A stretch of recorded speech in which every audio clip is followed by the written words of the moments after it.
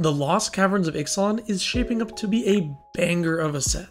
There are so many cool commanders and cards I want to try out already. Plus great reprints, Cavern of Souls, and Growing Rites of Itlamok. I also really like a lot of the alt arts in the set so far, like the new Sahili or the new Quintorius. I'm really hyped about the set, so I wanted to take a look at and explain some of the new mechanics in the set. Let's start with map tokens. A map token is kind of like a clue. It's a token that you can sacrifice for 1 mana to cause a creature to explore. And as a reminder, exploring, which is a returning mechanic, is where you reveal the top card of your library and put it in your hand if it's a land, or if it's a non-land, you give a creature a +1/+1 counter, and you may put the non-land card into the graveyard if you want. Maps are interesting for artifact decks that want to utilize counters. This mechanic seems like there's a lot of fun things you can do with it, as just making artifacts, but also putting counters on things, or milling yourself. I'm really curious to see how easily we can create map tokens, because if it's pretty easy to make, which it's looking like it is so far,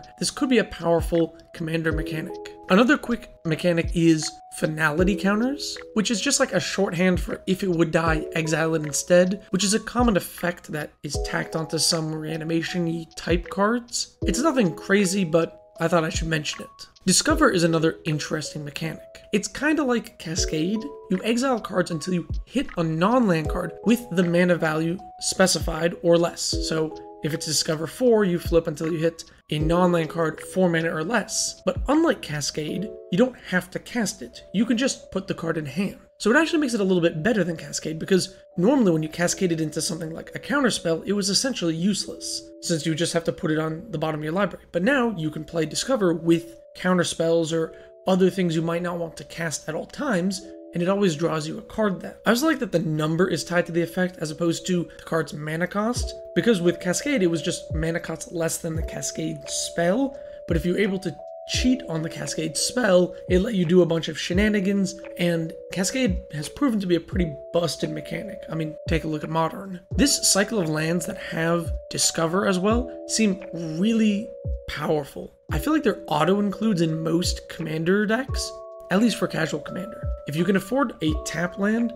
these are just going to be really good, because late game, they'll either cast a spell for free or draw you a card. And those lands are going to be really cheap, hopefully because they're printed at common. I really hope Discover sticks around as an alternative to Cascade, considering Cascade is usually exploited, and this seems a little bit harder to cheat on. Descend is another new mechanic that I really like. It counts the number of permanents in your graveyard. In the case of Everflowing Well, if you hit a certain amount of permanents in your graveyard, you get to flip the well into a powerful land.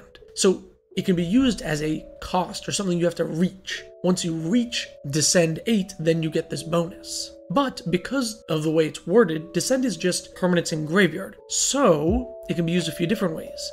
With Myco Tyrant, it says create a 1/1 for each time you descended this turn, meaning each permanent that hit your graveyard this turn. Now, Descend is a lot weaker when you compare it to other graveyard effects like Delve, because Delve is all cards in your graveyard. Descend, not counting instants and sorceries, which automatically go to the graveyard once their effect happens, makes it significantly weaker. It kind of prevents it from being too busted, in my opinion. If this was just anything and all your cantrips could trigger that, it would probably be too strong. The flexibility of the keyword and its unique restriction, being just permanence, makes this a pretty fascinating mechanic that I hope sticks around. Last, and in my opinion least, named keyword is Craft. So Craft is where the card can transform to the other side, but you need to craft it with whatever the requested thing is. Craft meaning you must exile from your side of the battlefield or graveyard, whatever it is. So in the case of the Enigma Jewel, you need 4 non-land cards with activated abilities. So exile that many non-land cards with activated abilities from your battlefield or graveyard. And then you get to transform this. Here you would get Locus of Enlightenment, which gets the activated abilities of all those cards you exile. Now this card is pretty fun, and it's cool, but I do think that the mechanic overall isn't great. You don't usually want to lose permanents that you play just to put multiple permanents together into one value permanent, because then you're just really susceptible to getting hit by removal. So exiling from the graveyard is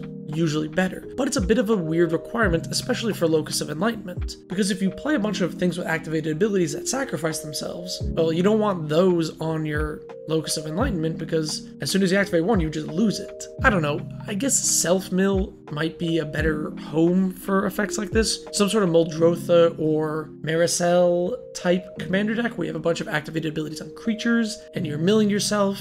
It could be fun. Like, it's a fun commander card. I just don't think it's very good, and I think it's really susceptible to getting you hosed by removal. I don't think I like craft very much, and if the front half isn't super powerful, using a lot of resources to flip it seems not worth it. Let me know in the comments if I'm missing anything about this mechanic. One more thing to mention is the new gods. It's not like a named keyword or mechanic, it's more of a theme across a cycle. There are 5 mono-colored creatures, although at the time of recording this, we haven't seen the green one yet. They do something, and then when they die, they return to the battlefield transformed as a land. And then those lands have a condition where if you meet them, you get to flip them back to the front half.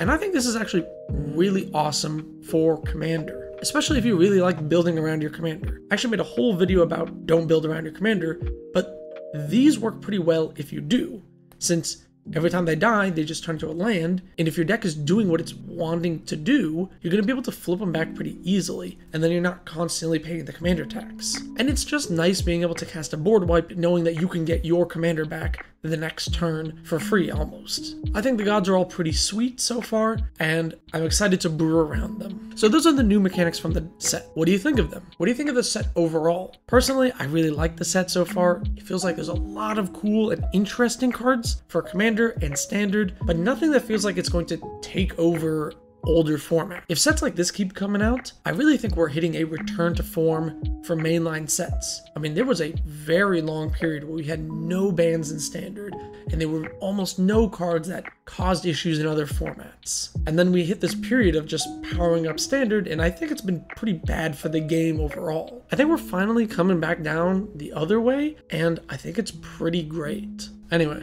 thank you so very much for watching. Subscribe for more.